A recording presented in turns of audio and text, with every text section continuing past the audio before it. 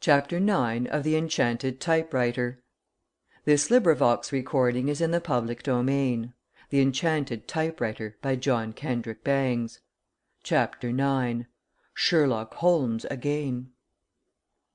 I had intended asking Boswell what had become of my copy of the Baedeker's Hades when he next returned, but the output of the machine that evening so interested me that the handbook was entirely forgotten.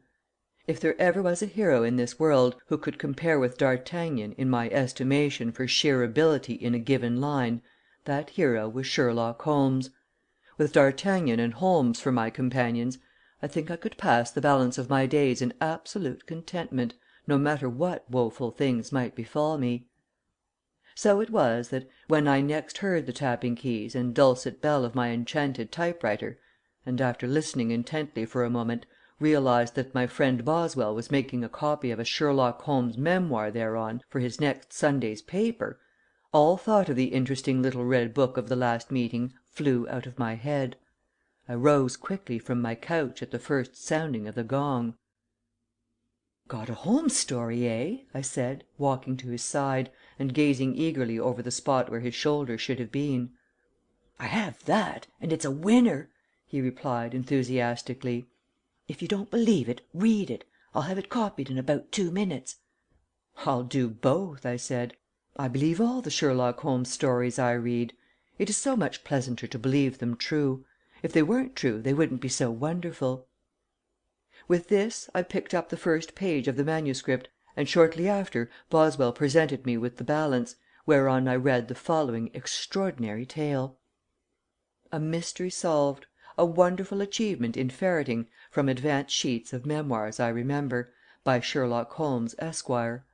Ferreter extraordinary, by special appointment to His Majesty Apollyon. Who the lady was. It was not many days after my solution of the missing diamond of the Nizam of Jigamaree mystery that I was called upon to take up a case which has baffled at least one person for some 10 or 11 centuries. The reader will remember the mystery of the missing diamond, the largest known in all history, which the Nizam of Jigamaree brought from India to present to the Queen of England on the occasion of her Diamond Jubilee. I had been dead 3 years at the time, but by a special dispensation of His Imperial Highness Apollyon was permitted to return incog to London for the Jubilee season, where it so happened that I put up at the same lodging house as that occupied by the Nizam and his suite. We sat opposite each other at table d'hôte, and for at least 3 weeks previous to the losing of his treasure the Indian prince was very morose, and it was very difficult to get him to speak. I was not supposed to know, nor indeed was any one else, for that matter, at the lodging house, that the Nizam was so exalted a personage. He, like myself, was travelling incog, and was known to the world as Mr. Wilkins of Calcutta. A very wise precaution, inasmuch as he had in his possession a gem valued at $1.5 million. I recognized him at once, however, by his unlikeness to a woodcut that had been appearing in the American Sunday newspapers, labelled with his name, as well as by the extraordinary lantern which he had on his bicycle, a lantern which to the uneducated eye was no more than an ordinary lamp, but which to an eye like mine, familiar with gems, had for its crystal lens nothing more nor less than the famous stone which he had brought for Her Majesty the Queen, his imperial sovereign. There are few people who can tell diamonds from plate glass under any circumstances, and Mr. Wilkins, otherwise the Nizam, realizing this fact, had taken this bold method of secreting his treasure. Of course, the moment I perceived the quality of the man's lamp, I knew at once who Mr. Wilkins was, and I determined to have a little innocent diversion at his expense. "It has been a fine day, Mr. Wilkins," said I one evening over the pâté. "Yes," he replied wearily. "Very. But somehow or other I am depressed to night." "Too bad," I said lightly. "But there are others. There's that poor Nizam of Jigamaree, for instance. Poor devil, he must be the bluest brown man that ever lived." Wilkins started nervously as I mentioned the prince by name. Why do you think that?" he asked, nervously fingering his butter knife. "It's tough luck to have to give away a diamond that's worth 3 or 4 times as much as the Koh i Noor," I said. "Suppose you owned a stone like that. Would you care to give it away?" "Not by a damn sight," cried Wilkins forcibly, and I noticed great tears gathering in his eyes. "Still, he can't help himself, I suppose," I said, gazing abruptly at his scarf pin. "That is, he doesn't know that he can. The Queen expects it. It's been announced, and now the poor devil can't get out of it, though I'll tell you, Mr. Wilkins, if I were the Nizam of Zigamri, I'd get out of it in 10 seconds." I winked at him significantly. He looked at me blankly. "Yes, sir," I added, merely to arouse him, "in just 10 seconds, 10 short, beautiful seconds." "Mr. Postlethwaite," said the Nizam. Postlethwaite was the name I was travelling under. "Mr. Postlethwaite," said the Nizam, otherwise Wilkins, "your remarks interest me greatly." His face was wreathed with a smile that I had never before seen there. "I have thought as you do in regard to this poor Indian prince, but I must confess I don't see how he can get out of giving the Queen that diamond. Have a cigar, Mr. Postlethwaite, and waiter, bring us a triple magnum of champagne." "Do you really think, Mr. Postlethwaite, that there is a way out of it? If you would like a ticket to Westminster for the ceremony, there are half a dozen." He tossed 6 tickets for seats among the crowned heads across the table to me. His eagerness was almost too painful to witness. "Thank you," said I, calmly pocketing the tickets, for they were of rare value at that time. "The way out of it is very simple." "Indeed, Mr. Postlethwaite," said he, trying to keep cool. Are you interested in rubies, sir? There are a few which I should be pleased to have you accept." And with that over came a handful of precious stones, each worth a fortune. These also I pocketed as I replied, "Why, certainly, if I were the Nizam," said I, "I'd lose that diamond." A shade of disappointment came over Mr. Wilkins's face. "Lose it? How? Where?" he asked, with a frown. "Yes, lose it. Anywhere I could. As for the place where it should be lost, any old place will do, as long as it is where he can find it again when he gets back home. He might leave it in his other clothes, or—" "Make that 2 triple magnums, waiter," cried Mr. Wilkins excitedly, interrupting me. "Postlethwaite, you're a genius, and if you ever want a house and lot in Calcutta, just let me know and they're yours." "You never saw such a change come over a man in all your life. Where he had been all gloom before, he was now all smiles and jollity, and from that time on to his return to India, Mr. Wilkins was as happy as a schoolboy at the beginning of vacation. The next day the diamond was lost, and whoever may have it at this moment, the British Crown is not in possession of the Zigamri gem. But, as my friend Terence Mulvaney says, that is another story. It is of the mystery immediately following this concerning which I have set out to write. I was sitting one day in my office on Napoleon Square, opposite the Alexandrian Library, smoking an absinthe cigarette, which I had rolled myself from my special mixture, consisting of 2 parts tobacco, 1 part hashish, 1 pot of opium dampened with a liqueur glass of absinthe, when an excited knock sounded upon my door. "Come in," I cried, adopting the usual formula. The door opened, and a beautiful woman stood before me, clad in most regal garments, robust of figure, yet extremely pale. It seemed to me that I had seen her somewhere before, yet for a time I could not place her. "Mr. Sherlock Holmes?" said she, in deliciously musical tones, which, singular to relate, she emitted in a fashion suggestive of a recitative passage in an opera. "The same," said I, bowing with my accustomed courtesy. "The ferret?" she sang, in staccato tones which were ravishing to my musical soul. I laughed. "That term has been applied to me, madame," said I, chanting my answer as best I could. "For myself, however, I prefer to assume the more modest title of detective. I can work with or without clues, and have never yet been baffled. I know who wrote the Junius letters, and upon occasions have been known to see through a stone wall with my naked eye. What can I do for you?" "Tell me who I am?" she cried, tragically, taking the centre of the room and gesticulating wildly. "Well, really, madame," I replied, "you didn't send up any card." "Ah!" she sneered. "This is what your vaunted prowess amounts to, eh? Ha!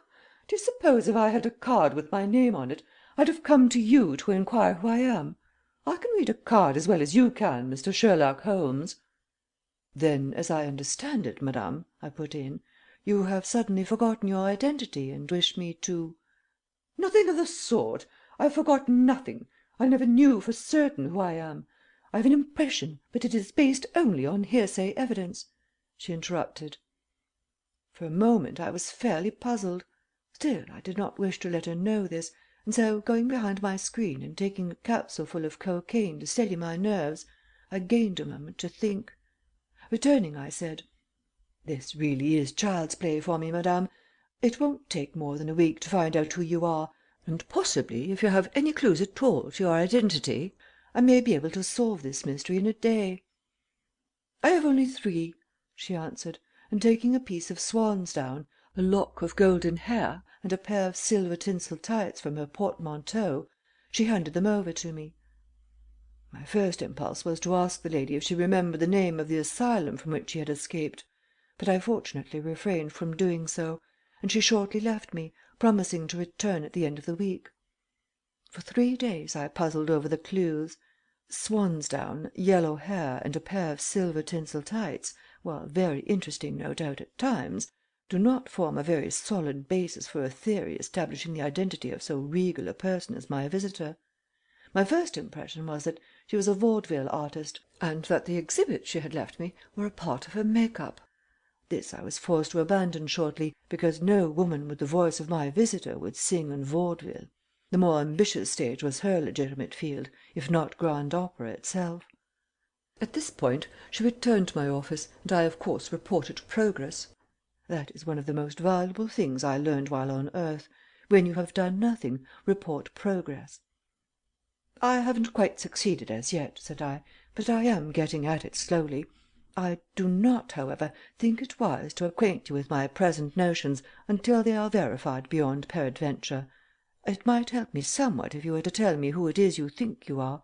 I could work either forward or backward on that hypothesis, as seemed best, and so arrive at a hypothetical truth anyhow." "That's just what I don't want you to do," said she. "That information might bias your final judgment. If, however, acting on the clues which you have, you confirm my impression that I am such and such a person, as well as the views which other people have, then will my status be well defined, and I can institute my suit against my husband for a judicial separation, with back alimony, with some assurance of a successful issue." I was more puzzled than ever. "Well," said I, slowly, "I of course can see how a bit of swansdown and a lock of yellow hair, backed up by a pair of silver tinsel tights, might constitute reasonable evidence in a suit for separation, but wouldn't it be more to your purpose if I should use these data as establishing the identity of somebody else?" "How very dense you are!" she replied impatiently. "That's precisely what I want you to do." "But you told me it was your identity you wished proven," I put in irritably. "Precisely," said she. "Then these bits of evidence are yours?" I asked hesitatingly. One does not like to accuse a lady of an undue liking for tinsel. "They are all I have left of my husband," she answered with a sob. "H'm," said I, my perplexity increasing. "Was the gentleman blown up by dynamite?" "Excuse me, Mr. Holmes," she retorted, rising and running the scales. "I think after all I have come to the wrong shop. Have you Hawkshaw's address handy? You are too obtuse for a detective." My reputation was at stake, so I said, significantly: "Good, good! I was merely trying one of my disguises on you, madame, and you were completely taken in. Of course no one would ever know me for Sherlock Holmes if I manifested such dullness." "Ah!" she said, her face lighting up. "You are merely deceiving me by appearing to be obtuse." "Of course," said I. "I see the whole thing in a nutshell. You married an adventurer. He told you who he was, but you've never been able to prove it. And suddenly you are deserted by him, and on going over his wardrobe you find he has left nothing but these articles, and now you wish to sue him for a separation on the ground of desertion, and secure alimony if possible." It was a magnificent guess. "That is it precisely," said the lady, "except as to the extent of his leavings. In addition to the things you have, he gave my small brother a brass bugle and a tin sword." "We may need to see them later," said I. "At present I will do all I can for you on the evidence in hand. I have got my eye on a gentleman who wears silver tinsel tights now, but I am afraid he is not the man we are after, because his hair is black, and, as far as I have been able to learn from his valet, he is utterly unacquainted with swansdown." We separated again, and I went to the club to think. Never in my life before had I had so baffling a case. As I sat in the café sipping a cocaine cobbler, who should walk in but Hamlet, strangely enough picking particles of swansdown from his black doublet, which was literally covered with it. "Hello, Sherlock," he said, drawing up a chair and sitting down beside me. "What are you up to?" "Trying to make out where you have been," I replied. "I judge from the swansdown on your doublet that you have been escorting Ophelia to the opera in the regulation cloak." "You're mistaken for once," he laughed. "I've been driving with Lohengrin. He's got a pair of swans that can do a mile in 2.10, but it makes them molt like the devil." "Pair of what?" I cried. "Swans," said Hamlet. "He's an eccentric sort of a duffer, that Lohengrin. Afraid of horses, I fancy." "And so drives swans instead?" said I, incredulously. "The same," replied Hamlet. "Do I look as if he drove squab?" "He must be queer," said I. "I'd like to meet him. He'd make quite an addition to my collection of freaks." "Very well," observed Hamlet. "He'll be here to morrow to take luncheon with me, and if you'll come too, you'll be most welcome. He's collecting freaks too, and I haven't a doubt would be pleased to know you." We parted, and I sauntered homeward, cogitating over my strange client, and now and then laughing over the idiosyncrasies of Hamlet's friend, the swan driver. It never occurred to me at the moment, however, to connect the two, in spite of the link of swansdown. I regarded it merely as a coincidence. The next day, however, on going to the club and meeting Hamlet's strange guest, I was struck by the further coincidence that his hair was of precisely the same shade of yellow as that in my possession. It was of a hue that I had never seen before, except at performances of grand opera, or on the heads of fool detectives in musical burlesques. Here, however, was the real thing growing luxuriantly from the man's head. "Ho, ho!" thought I to myself. "Here's a fortunate encounter. There may be something in it," and then I tried to lead him on. "I understand, Mr. Lohengrin," I said, "that you have a fine span of swans." "Yes," he said, and I was astonished to note that he, like my client, spoke in musical numbers. "Very. They're much finer than horses, in my opinion. More peaceful, quite as rapid and amphibious. If I go out for a drive and come to a lake, they trot quite as well across its surface as on the highways." "How interesting," said I, "and so gentle, the swan.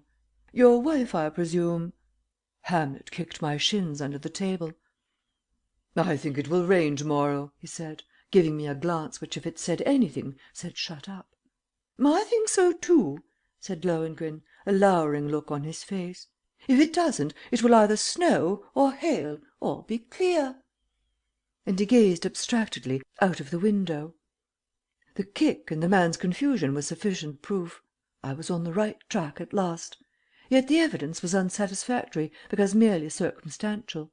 My piece of down might have come from an opera cloak and not from a well-broken swan. The hair might equally clearly have come from some other head than Lohengrin's, and other men have had trouble with their wives. The circumstantial evidence lying in the coincidences was strong, but not conclusive, so I resolved to pursue the matter and invite the strange individual to a luncheon with me, at which I proposed to wear the tinsel tights. Seeing them, he might be forced into betraying himself. This I did, and while my impressions were confirmed by his demeanor, no positive evidence grew out of it.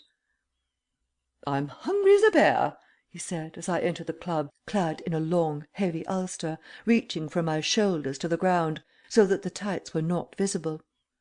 "Good," said I. "I like a hearty eater," and I ordered a luncheon of 10 courses before removing my overcoat. But not one morsel could the man eat, for on the removal of my coat his eye fell upon my silver garments, and with a gasp he well nigh fainted. It was clear.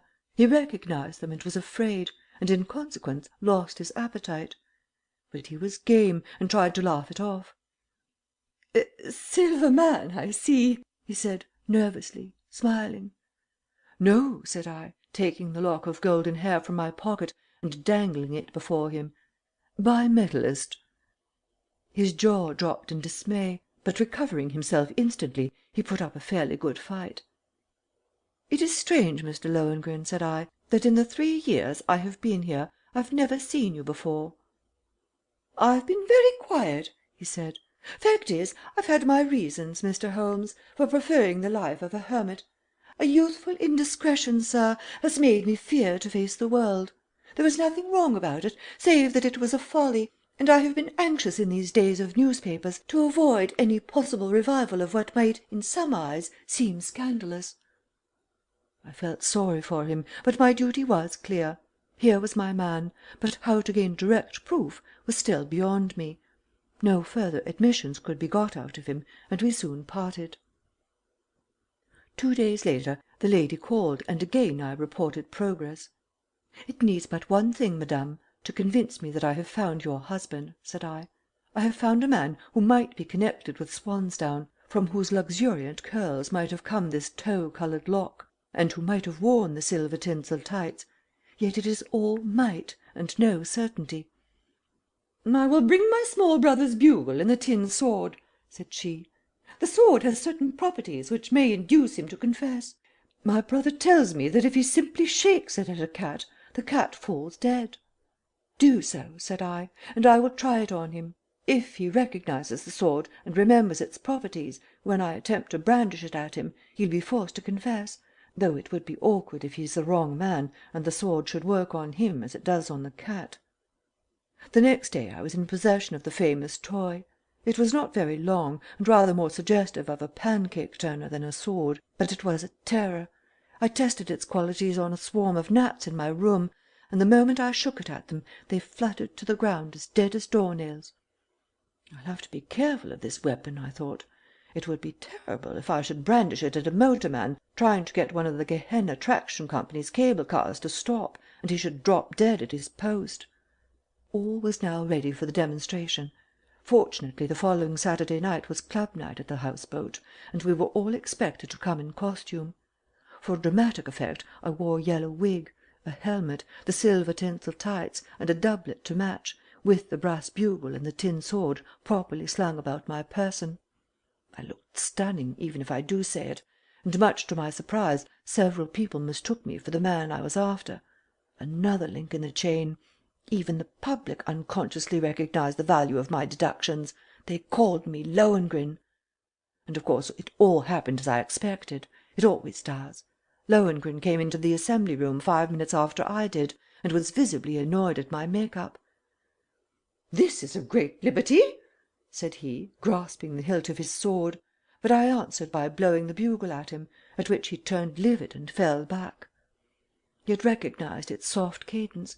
I then hauled the sword from my belt, shook it at a fly on the wall, which immediately died, and made as if to do the same at Lohengrin, whereupon he cried for mercy and fell upon his knees.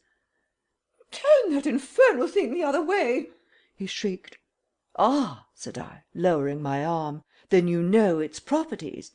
"I do," he cried. "It used to be mine. I confess it." "Then," said I, calmly putting the horrid bit of zinc back into my belt, "that's all I wanted to know. If you'll come to my office some morning next week, I'll introduce you to your wife." And I turned from him. My mission accomplished, I left the festivities and returned to my quarters where my fair client was awaiting me. "Well?" she said. "It's all right, Mrs. Lohengrin," I said, and the lady cried aloud with joy at the name, for it was the very one she had hoped it would be. "My man turns out to be your man, and I turn him over therefore to you. Only deal gently with him. He's a pretty decent chap, and sings like a bird."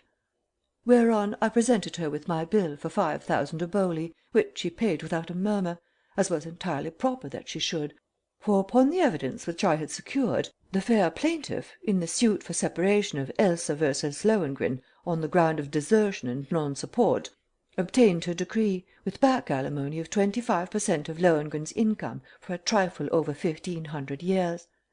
How much that amounted to I really do not know, but it was a large sum I am sure, for Lohengrin must have been very wealthy.